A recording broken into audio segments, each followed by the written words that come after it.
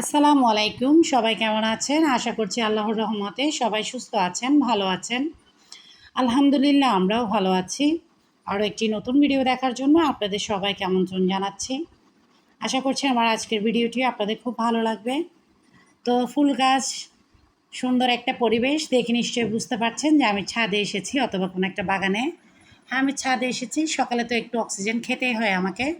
তো হাঁটাহাঁটি করছিলাম কয়েকদিন, কিন্তু ফাঁকে ফাঁকে ছাদে আসাটা গ্যাপ ছিল বৃষ্টির কারণে। তো আপাতত ছাদ মোটামুটি একটু শুকনা, তবে জানি না এটা কয়দিন থাকবে। তো একটু হাঁটাহাঁটি করছিলাম আর এত সুন্দর রেণু ফুল ফুটেছে দেখছিলাম। আর এই যে মেহেদি গাছ, এটাতে একদম সুন্দর করে অনেকগুলো গোটা হয়েছে। তো সেগুলো প্রায় পেকে গিয়েছে কিছু। এগুলোকে কিন্তু হাতে চটকে বিচিটা বের করে মাটিতে দিলে খুব সুন্দর মেহেদি গাছ হয়ে যায়, চারা হয়। তবে এই মেহেদি গাছটা কিন্তু আমি একটা ঢাল কিনেছিলাম একটা ভ্যান থেকে, নার্সারি থেকে যে ভ্যানগুলো আসে আর কি। ছোট্ট একটা ঢাল কিনেছিলাম, বলতে গেলে পাতা ছিলই না, শুধু একটা চিকন ঢাল। সেই ঢাল থেকে বিশাল বড় এক মেহেদি গাছ হয়ে গিয়েছে। এই গাছটা কিন্তু আরও অনেকগুলো ডালপালা ছিল, মাঝে মাঝে আমি ছেঁটে দিই, কারণ আমার ঘরে মেহেদি দেওয়ার মানুষ বলতে গেলে নেই। তো মেহেদি গাছের উপর মা বাবা গাছ হয়ে ছায়া দিচ্ছে কদম ফুলের গাছ। আর গাছ ভর্তি কদম ফুলের গোটা, কিন্তু হাতে গোনা মাত্র ৫-৬টার মতো কদম ফুল এখনও আছে। আর সব কিন্তু কদম ফুলের গোটা। আর তাই আমার ছাদটা কিন্তু খুবই নোংরা হয়ে থাকে। প্রায় প্রতিদিন ঝাড়ু দিলেও কিন্তু নোংরা হয়ে থাকে। একে তো বৃষ্টির পানি, তার উপরে কদম ফুলের রেণু, কদম ফুলের ফুল গাছের পাতা, এগুলো পড়ে থাকে। যদি শুকিয়ে যায় তো ঝাড়ু দিয়ে দ্রুত ফেলে দেওয়া যায়, কিন্তু পানিতে থাকলে খুব নোংরা লাগে। তো যা হোক, কী করবো, সুন্দর দেখলে তো একটু শাস্তি পেতেই হবে। যেমন মজা তেমন সাজা। তো এদিকে আমি নিচে চলে এসেছি আর দ্রুত হাতে চুলায় চানাবুট বসিয়ে দিয়েছি। আজকে সকালে ওরা ছোলা ভাজা আর কি খাবে, আর মুড়ি দিয়ে একটু সালাদ তো আগে থেকে করে রেখেছি। আমি ছাদ থেকে এসে প্রথমে সালাদটা করে ফেলেছি, তারপর এখন চায়ের পানি বসিয়ে দিলাম আর এদিকে চানাবুটটা ভেজে নিচ্ছে আর কি। তো এদিকে আমার বাচ্চারা যার যার রুম শেষে গুছিয়ে নিচ্ছে, ওরা টুকটাক কাজ করে দিচ্ছে আমাকে সবাই। তো এদিকে আয়াত একটু পড়া রিভিশন দিয়ে দিচ্ছে, আয়াতের যেহেতু পরীক্ষা চলছে। তো এদিকে আমি খিচুড়ির কাজ, সরি, ছোলার কাজ শেষ করে ফেলেছি, ওরা নাস্তা খেয়ে নিয়েছে। তারপর এদিকে আমি একটু বাজারগুলো গুছিয়ে নিচ্ছি। আর আমি গতকাল চৌধুরীহাট গিয়েছিলাম, তো কিছু বিচি এনেছি। এগুলো হচ্ছে ভেন্ডি বিচি, তো আমরা যেটা চট্টগ্রাম ভাষায় বলি ঢেঁড়স, এটার বিচি। প্রতিবার আমি এমনিতেই ছবিওয়ালা যে প্যাকেট সেগুলো নিই, এবার কিন্তু খোলা বিচি নিয়েছি। দোকানদার আমাকে বলেছে যে এগুলো খুব ভালো হবে। তো এই তো এখানে হচ্ছে মারিচের বিচি আর লাল শাকের বিচি, এগুলো বিচি কিন্তু একই রকম হয়। তো এগুলো হচ্ছে ভেন্ডি বিচি, প্রতিবার প্যাকেটের নেই, এবার এমন খোলাটা নিয়েছি, কারণ দোকানদার ভাইয়াটা হচ্ছে আমার শ্বশুরবাড়িরই মানুষ। তো উনি বলল যে, "ভাবি আপনি এগুলো নিয়ে যান, এগুলো খুব ভালো হবে।" তো এগুলো হচ্ছে পুঁই শাকের বিচি। গতবার পুঁই শাকের বিচি রোপণ করে আমি ধরা খেয়েছি। সেটা হচ্ছে চিকন পুঁই শাক পড়ে গিয়েছে। আসলে মোটা মোটা ডাঁটিওয়ালা পুঁই শাকটা খুব ভালো লাগে, কারণ আমার কাছে পুঁই শাকের পাতার চাইতেও পুঁই শাকের ডাঁটিটা বেশি লোভ লাগে।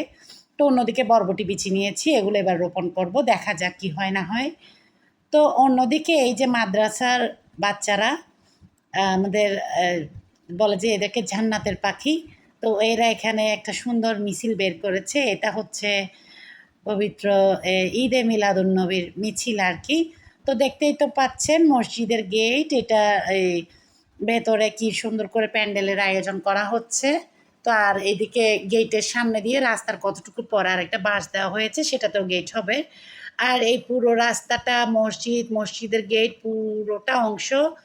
আর ২-১ দিন পর কিন্তু লাইটের আলোটা একদম ঝিকিমিকি ঝিকিমিকি করবে, রঙিন রঙিন লাইটের আলো। আর পুরো বাড়ি মিলাদুন্নবীর আনন্দে ঝুমঝুম করবে। তো ঠিক এই ভিডিও ক্লিপটা নিয়েছে আমার ছেলে আজান বাবা। আমি তখন আয়াতকে নিয়ে স্কুলে, যেহেতু আয়াতের পরীক্ষা চলছে, ২.৫ ঘন্টা তো ওকে নিয়ে বসে থাকতে হবে। সেই সময়টাতে আমার বাচ্চাটা আমার জন্য এই ভিডিও ক্লিপটা নিয়েছে। মাশাআল্লাহ, ও যে মাথায় এতটুকু রেখেছে যে আমি ভিডিওটা করে রাখি আম্মুকে দেখাবো, এতেই আমি খুশি। তো মাঠের এদিকে কিন্তু রশি দিয়ে দিয়ে ধরা দেওয়া হয়েছে, যেহেতু সাজানো হবে, খুব সুন্দর ঝর্ণা লাগানো হবে সব কিছু। তো এখন পরিবেশটা, এখানে মানুষজন একদম নেই, কারণ সবাই স্কুলে। তো এই জন্য রাস্তাঘাট খালি। তো এইটা হচ্ছে প্রায় ১১টার পর, প্রায় 11:30টার কাছাকাছি হয়ে গিয়েছে। ঘরে এসেছি 11টার দিকে। তো এসেই কিন্তু আজকে আমি গোসলটা দিয়ে দিয়েছি। এমনিতে কুটা বাছার করে তারপর আমি গোসল করে রান্নাটা চুলায় দিই। আজকে কিন্তু স্কুল থেকে এসে এতটা ঘেমে গিয়েছি, এক দফা তো ঘামের গোসল হয়ে গিয়েছে, দ্বিতীয় দফা এখন আমি আম সবজিটা কেটে নিচ্ছি আরকি। তো সবজিটা কেটে নিচ্ছি, তারপর সবকিছু কেটে-টেটে চুলায় দিয়ে দিব। এই ফাঁকে একটা কথা বলে নিই, যারা আমার ভিডিওটা দেখছেন এখন স্কিপ না করে ছোট্ট একটা লাইক দিয়ে ভিডিওটা কন্টিনিউ করতে পারেন। আপনাদের ছোট্ট একটা লাইক আমার এই ভিডিওটাকে আপনাদের মতো অসংখ্য আপু ভাইয়াদের কাছে পৌঁছে দিবে। আর যারা অলরেডি কাজটা করে ফেলেছেন আপনাদেরকে অনেক ধন্যবাদ। তো এই তো এদিকে আমি তিতা করলাগুলো কুটে নিচ্ছি। তো কচু যেমন আমার জানু, আয়াত দিয়েছে নাম, কচু হচ্ছে আমার জানু। যেহেতু আমি কচুর পা থেকে মাথা পর্যন্ত খুব ভালোবাসি। যারা আগে থেকে আমার ভিডিও দেখছেন তারা আমার আর কচুর ভালোবাসার কাহিনীটা জানেন, অনেকবার শেয়ার করেছি। তো তেমনই আমার জামাইয়ের জানু হচ্ছে তিতা করলা। ওর যেহেতু ডায়াবেটিক্স আছে তো ও তিতা করলা ভাজিটা খুবই পছন্দ করে। তবে তিতা করলা ভাজি তো অনেক ধরনের করা যায়। ডায়াবেটিক্স রোগীদের জন্য তিতা কম হয় মতো করে তিতা করলা ভাজি কেমন করে করা যায় সেটার রেসিপি কিন্তু আমি ডিটেইলে শেয়ার করেছি। একদম তিতা হবে না, মনে হবে না তিতা করলা ভাজি। তো আর আমি কাজ করব, আমার আশেপাশে আয়াত ঘোরাঘুরি করবে না, এটা তো হতে পারে না। তো আয়াত আমাকে বলছিল, ও জানে যে তিতা করলা তোর বাবার জানু বলি আমি।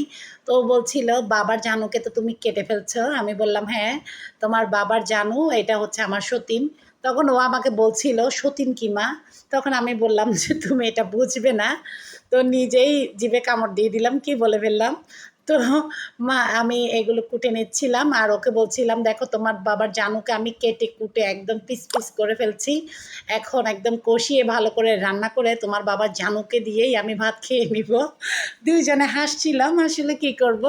এগুলো হচ্ছে আমার হাসির জবাবপুজি আর কি। বাচ্চাটা আমার পাশে থাকলে না, তো ও কথা বলছিল আর ফাঁকে ফাঁকে গিয়ে ও কিছু কিছু পড়াও শেষ করছিল।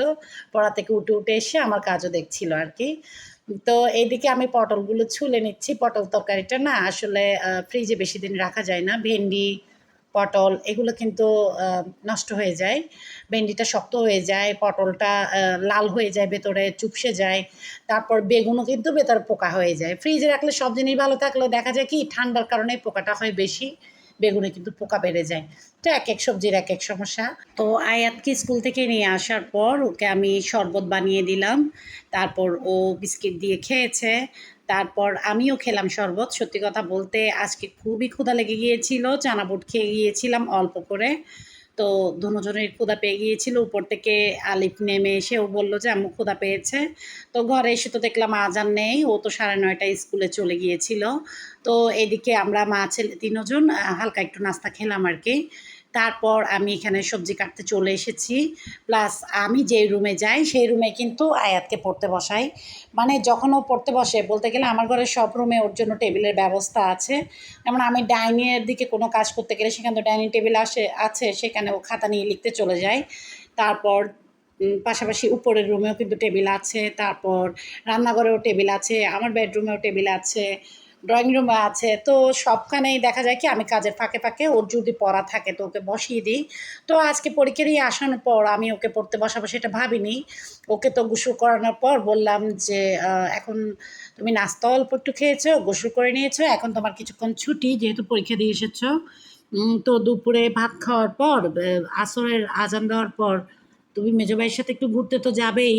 তো তারপর তুমি পড়তে বসে যেও। তো ও বলল আজকে আমি একটু ঘুরলে হবে না, আমাকে অনেক ঘুরতে হবে, কারণটা আমি আপনাদের সাথে শেয়ার করব।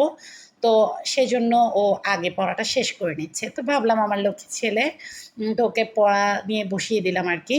তো যে নিজের এতটুকু বুঝেছে সেটাও অনেক, কারণ জোহরের আজান দিতেই 1টা বাজলেই কিন্তু হুজুর চলে আসবে ওকে পড়াতে। প্রায় 45 মিনিটের মতো হুজুরের কাছে পড়া হবে। হুজুরের কাছ থেকে ছুটি নিয়ে আসার পর ও ভাত খাবে। তো তারপর তো ঘন্টা 1.5 ঘন্টা আমার সাথে একটু শুবে। তো দেখা যায় কি এগুলো করতে করতে কিন্তু সময়টা চলে যায়। ঠিক যেদিন আজান স্কুলে যায় সেদিন ঠিক ১টা বাজে, জোহরের আজান দিতেই কিন্তু আজান ঘরে চলে আসে আর খুব তাড়া নিয়ে আসে যে আম্মু ভাত দাও, যেহেতু ভাতটা খেয়ে আবার স্কুলে চলে যাবে। তো ওইদিকেও আমি তাড়ায় থাকি যে করে হোক ১টার আগে যেন টেবিলে ভাতের জিনিস সব রেডি থাকে। তো ও যদি স্কুলে না যায়, তো যদি ২টা বাজেও ভাত খায় তো ওটা সমস্যা হয় না। কিন্তু একেকটা বাচ্চার সব টাইম টেবিল মেইনটেইন করে কিন্তু আমাদেরকে সব কাজের রুটিনটা করতে হয় আরকি। তো এদিকে আমি আজকে সকালে যখন ছাদে গিয়েছিলাম তখন কয়েকটা পুঁইশাকের ডগা এনেছিলাম। তো সেগুলো এখন পটল দিয়ে, আলু দিয়ে, পুঁইশাকের ডগা দিয়ে রান্না করব। মসুর ডাল দিব, একটু চিংড়ি মাছ দিব কয়েকটা। এগুলো দিয়ে একটা পাতলা ঝোল রান্না করব আরকি সবজি। তো অল্প একটু হবে রান্নাটা, যেহেতু একবেলার জন্য রান্না করা হবে। এটা কিন্তু বাসি হলে ভালো লাগে না। ডালের যেকোনো সবজি বাসি হলে আমার কেন জানি ভালো লাগে না। তো সেজন্য আর যেকোনো শাক কুটাকুটি একটু কিন্তু সময় সাপেক্ষ ব্যাপার। তো আসলে আজকে যখন আয়াতের স্কুলে গিয়েছিলাম, সেখানে একটা পর্যায়ে ওর পরীক্ষা যখন প্রায় ৩০ মিনিটের মতো হয়েছে, আমার এতটা খারাপ লাগছিল, ভেবেছি যে ঘরে চলে আসবো। কিন্তু আবার ভাবলাম যে কোনো কারণে বাচ্চাটা যদি আমাকে খোঁজে তো না পেলে ও নার্ভাস হয়ে যাবে। তো সেজন্য আবার বসে থাকতে হলো আরকি। আর এখনের আবহাওয়াটা মিশ্র আবহাওয়া, কখনো মেঘ, কখনো বৃষ্টি বা কখনো রোদ উঠলে যে এতটা রোদ কি বলবো। তো সবকিছু মিলিয়ে একটা হযবরল অবস্থা। তো এদিকে আমি দ্রুত হাতে সবজিগুলো কেটে নিচ্ছি। এরপরে কোন কোন কাজ করব এগুলো কিন্তু মনের মধ্যে সেট করে রেখেছি। আর ইদানিং কিন্তু আবার ফ্রিজে নাস্তা শর্ট হয়ে গিয়েছে। কিছু নাস্তাও ফ্রোজেন করতে হবে। তো এগুলো মাথায় চলছিল আরকি। আর আজকের ভয়েসটা আমাকে অনেক কেটে, কেটে দিতে হয়েছে। কেন? সেটা আমি পরবর্তীতে আপনাদের সাথে শেয়ার করছি। এইটা হচ্ছে আয়াতকে নিয়ে আমি যখন আসছিলাম, সে আসার পথে আমার আয়াত শোনা আজকে অবশ্যই বলেছে, "গত পরীক্ষায় এসেছো তুমি, আমাকে বলেছিলে আম্মু যে পরীক্ষা দিয়ে বের হলে আমাকে কাশফুল নিতে দিবে।" যারা আমার গত ভিডিও দেখেছেন, আমার কাশফুলের কাহিনী জানেন। তো আয়াত একটু অভিমান করেছিল। ওকে কথা দিয়েছিলাম আজকের পরীক্ষাটা দিয়ে যাওয়ার সময় ওকে কাশফুল তুলতে দিব। তো খুব রোদ, এই যে রোদের কথাই বলছিলাম, এতটা তেজ ছিল রোদটা। তো সেজন্য ওকে ক্যাপ পরিয়ে দিয়েছি আর ও কাশফুল নিচ্ছিল। তবে কাশফুলের না ডাঁটিটা একটু শক্ত, এটা টেনে নিতে হয়। ও পারছিল না। আমি তো একটু ভিডিও করছিলাম আমার চুচু বাচ্চাটাকে। তো তখন ও একটা পর্যায়ে বলল যে, "মোবাইল আমাকে দাও, আমি ভিডিও করব।" আর ভিডিওটা এমন কাঁপছিল, আমি ওকে ছিঁড়ে দিচ্ছিলাম কাশফুল। তো এই তো মা ছেলে মিলে ৩ টা কাশফুল নিলাম। আসলে এগুলো কিন্তু ছোটবেলার অনেক সুন্দর স্মৃতি হয়ে থাকবে। তো যখন নিচ্ছিলাম তখন এই ভিডিও ক্লিপটা নিয়ে তেমন একটা ভাবিনি। কিন্তু পরে যখন ঘরে এসে দেখেছি আমার বাচ্চার স্কুলে যাওয়া, স্কুল থেকে আসা, এই সুন্দর সময়গুলো, তো ভাবছিলাম এভাবে করে আয়াত, আলিফও এই সময়টা পার করেছে। যখন আম্মু, আম্মু, আম্মু ছাড়া কিছুই বুঝতো না। স্কুলে যাও, আসো সবকিছুতে আম্মু। তারপর আজান পার করেছে সময়, এই সময়টা। এখন আয়াত পার করছে সময়টা। তো আমি মাঝে, মাঝে না আলিফকে বলি, আমার বড় ছেলে বা মেজো ছেলেকে, যে আমি আয়াতকে বড় হতে দিতে চাই না। আয়াতকে জড়িয়ে ধরে আদর করার সময় বলি, "বাবা তুমি বড় হইও না। সবসময় এমন ছোট থাকো।" তখন ও বলে, "কেন মা আমাকে বড় হতে বলছো না কেন? আমি ভাইয়াদের মতো বড় হব।" তো তখন বলি যে, "বড় হলে আমার থেকে দূরে চলে যাবে।" তখন আমাকে আলিফ বলছিল যে, "আসলে আম্মু তোমার মনে আছে? আমি কিন্তু খুব ছোটবেলায় দ্রুত বড় হয়ে গিয়েছি। আমি ছোট ছিলাম সেটা বুঝার আগে আমাকে বড় হয়ে যেতে হয়েছে।" আসলে এটা ঠিক যে আমার আলিফ সময়ের অনেক আগে বড় হয়ে গিয়েছে, যেতে বাধ্য হয়েছে। তো সেই গল্পটা হয় পরে কখনো কোনো ভিডিওতে শেয়ার করব। তো এইদিকে আমি ভেন্ডি ভাজি করে নিচ্ছি আজকে দুপুরের জন্য। এগুলো ভিডিও করা হয়নি, কতটুকু কাটাকাটি দেখা যায় আসলে। তো এদিকে আমার পটল ভাজিটা হয়ে গিয়েছে, এটা বাচ্চারা খাবে। তো এখানে একটু ধনেপাতা দিয়ে দিলাম। আর মুরগির মাংস রান্না করেছিলাম অফ ক্যামেরায়, সেটা ভিডিও করা হয়নি। তো এগুলোই ছিল আজকে দুপুরের রান্না। আর ওইদিকে তো পটলের ঝোলটা রান্না করেছি। তো এখন আমি একটু রান্না বাকি আছে, এটা শেষ করে নিচ্ছি। তো কিছুক্ষণ আগে আয়াতের হুজুর এসে আয়াতকে পড়িয়ে গিয়েছে। আম তো আজকে ওরা একটু খাবারটা দেরিতেই খাচ্ছে। তো আয়াত এদিকে পড়াশোনা শেষ করে নিচ্ছে। আমি আসলাম ওকে ভাত খাওয়ার জন্য ডাকতে।